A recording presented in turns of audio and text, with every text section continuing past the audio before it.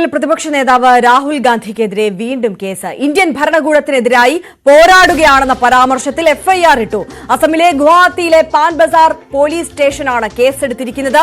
ഭാരതീയ ന്യായ സംഹിത 152, 197(1) വകുപ്പുകൾ ചുമത്തിയാണ് എഫ്ഐആർ ഇട്ടിരിക്കുന്നത്. നാഷണൽ ഡെസ്കിൽ നിന്ന് ആർ കിരൺ ബാബു വിവരങ്ങൾ നൽകും. കിരൺ, വിശദാംശങ്ങൾ.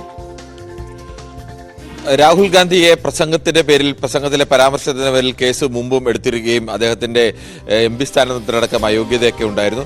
ഇപ്പോൾ രാഹുൽ ഗാന്ധി പ്രതിപക്ഷ നേതാവ് ശേഷവും അതിൽ മാറ്റമില്ല എന്നതാണ്. കോൺഗ്രസിന്റെ പുതിയ മന്ദിരത്തിന്റെ ഉദ്ഘാടന ചടങ്ങിൽ അദ്ദേഹം നടത്തിയ പ്രസംഗമാണ് ഇപ്പോൾ കേസിന് ആധാരമായിരിക്കുന്നത്. അവിടെ അദ്ദേഹം പറഞ്ഞതിന്റെ ചുരുക്കം ഇങ്ങനെയാണ്: BJPയും RSSും ഈ രണ്ട് രാഷ്ട്രീയ സംഘടനകൾ ഇന്ത്യയിലെ എല്ലാ ഭരണഘടനാ സ്ഥാപനങ്ങളും കൈയടക്കിയിരിക്കുകയാണ്. ഈ ഭരണഘടനാ സ്ഥാപനങ്ങളെല്ലാം ഇവർ കൈയടക്കിയതിനെതിരായിട്ടുള്ള ഒരു നേരായ പോരാട്ടമാണ് കോൺഗ്രസ് നയിക്കുന്നത്. മറുഭാഗത്ത് അങ്ങനെ ഒരു നേരായ പോരാട്ടമല്ല, ഒരു ഫെയർ ഫൈറ്റ് അല്ല മറുഭാഗത്ത് നയിക്കുന്നത്.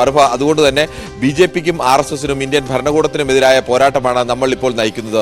ഈ പരാമർശത്തിലെ ഭരണകൂടത്തിനെതിരായ പോരാട്ടമാണ് നയിക്കുന്നത് എന്ന ഭാഗം ചൂണ്ടിക്കാണിക്കാണ് ഒരു BJP അനുഭാവിയായ ഒരാൾ അസമിന്റെ തലസ്ഥാനമായ ഗുവാഹത്തിയിലെ പാൻ ബസാർ പോലീസ് സ്റ്റേഷനിൽ പരാതി നൽകിയത്. ഈ പാൻ ബസാർ പോലീസ് സ്റ്റേഷനിലെ പോലീസാണ് രാഹുൽ ഗാന്ധിക്കെതിരെ FIR ഇട്ടിരിക്കുന്നത്. അദ്ദേഹം ഈ പരാമർശം രാജ്യദ്രോഹപരമായ പരാമർശമാണെന്നും രാജ്യത്തിന്റെ ഐക്യത്തെയും അഖണ്ഡതയും തകർക്കുന്ന പരാമർശമാണ് എന്നായിരുന്നു പ്രധാനപ്പെട്ട പരാതിയിൽ പറഞ്ഞിരുന്നത്. ഈ വിഷയത്തിലാണ് ഇപ്പോൾ കേസെടുത്തിരിക്കുന്നത്. BJPയിൽ നിന്നും JP നദ്ദ, ദേശീയ അധ്യക്ഷൻ JP നദ്ദ പ്രതികരിച്ചിരിക്കുന്നത് രാജ്യത്തിനെതിരായ കോൺഗ്രസിന്റെ വികൃത മുഖമാണ് ഇപ്പോൾ ഇതിലൂടെ വെളിവായിരിക്കുന്നത് എന്നുള്ള പ്രതികരണം അദ്ദേഹത്തിന്റെ ഭാഗത്തുനിന്നുണ്ടായിരിക്കുന്നു. കേന്ദ്ര ധനമന്ത്രി നിർമ്മലാ സീതാരാമൻ പറയുന്നത് ഇന്ത്യൻ സ്റ്റേറ്റിനെ എതിർക്കുന്ന ഒരാൾ എന്തിനാണ് നിരന്തരം ഭരണഘടന ഉയർത്തിപ്പിടിച്ച് സമരം ചെയ്യുന്നത്, അതിനെതിരെയുള്ള വിമർശനം ഉയർന്നിരുന്നു. കോൺഗ്രസിന്റെ ഭാഗത്തുനിന്ന് എന്തായാലും ഔദ്യോഗികമായ മറുപടി ഇതുവരെയും ഉണ്ടായിട്ടില്ല. പക്ഷേ BJP ഇതൊരു വലിയ രാഷ്ട്രീയ ആയുധമാക്കി മാറ്റാൻ തന്നെ നിശ്ചയിച്ച തരത്തിലാണ് പ്രതികരണങ്ങൾ വരുമ്പോൾ നമുക്ക് മനസ്സിലാകുന്നത്, അല്ലേ? അതെ, അതുതന്നെയാണ് ആര്യ. പ്രധാനമായും നേരത്തെയും രാഹുൽ ഗാന്ധിയുടെ പ്രസംഗത്തിന്റെ ചില ഭാഗങ്ങൾ അടർത്തി മാറ്റിയാണ് അദ്ദേഹത്തിനെതിരെ കേസെടുക്കുകയും രാഹുൽ ഗാന്ധിക്കെതിരെ രാജ്യത്തിന്റെ വിവിധ ഭാഗങ്ങൾ, ഗുജറാത്തിലെ കോടതിയാണ് നേരത്തെ കേസെടുത്തത്.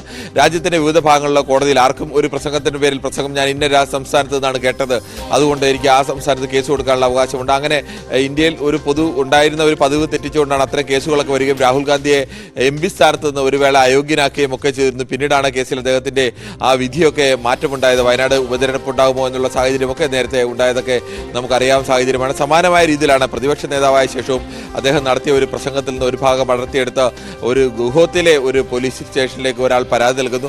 ആ പോലീസ് സ്റ്റേഷൻ ഒരു രാജ്യത്തെ പ്രതിപക്ഷ നേതാവിനെതിരെ അവിടെ നിന്ന് കേസെടുക്കുന്നു. ആ കേസാണ് ഇപ്പോൾ നിലനിൽക്കുന്നത്. എന്തായാലും BJPയുടെ ഭാഗത്തു നിന്ന് ശക്തമായ ആക്രമണമാണ് രാഹുൽ ഗാന്ധിക്കെതിരെ ഉയരുന്നത്.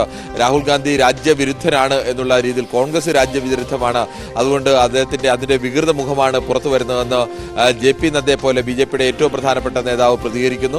അതോടൊപ്പം തന്നെ നിർമ്മലാ സീതാരാമനെ പോലെ കേന്ദ്ര ധനമന്ത്രി പ്രതികരിക്കുന്നു. രാഹുൽ ഗാന്ധി എന്തിനാണ് രാജ്യത്തിനെതിരെ പോരാടുന്നത്, രാഹുൽ ഗാന്ധി എന്തിനാണ് ഭരണഘടന കയ്യിലേന്തുന്നത് എന്നുള്ള ചോദ്യം ഉന്നയിക്കുന്നു.